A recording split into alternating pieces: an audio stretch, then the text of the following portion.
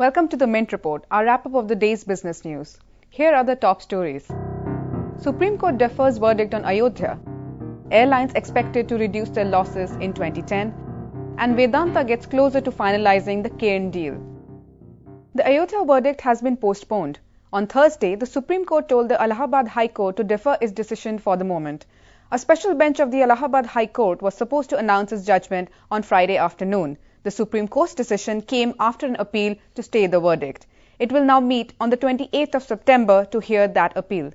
Ayodhya has been tense in anticipation of the judgment, with armed police patrolling the streets. The government also banned public meetings and mass text messages. Back in 1992, mobs demolished Ayodhya's 16th century mosque, triggering bloody riots. Airlines in India could be ready to take off again.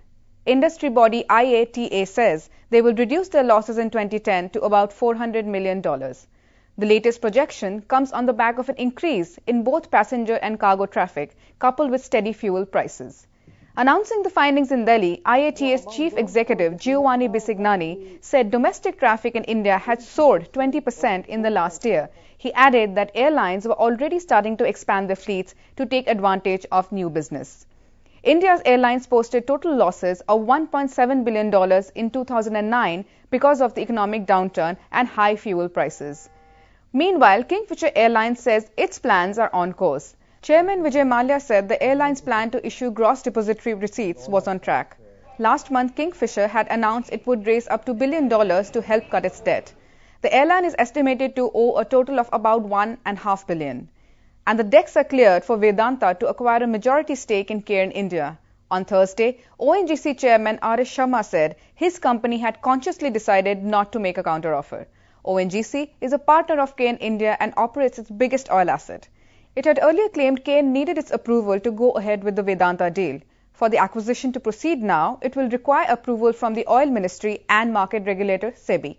And on the economy, food inflation has accelerated in early September. India's food price index climbed 15.46% in the period to the 11th. A week before, it increased by 15.1%.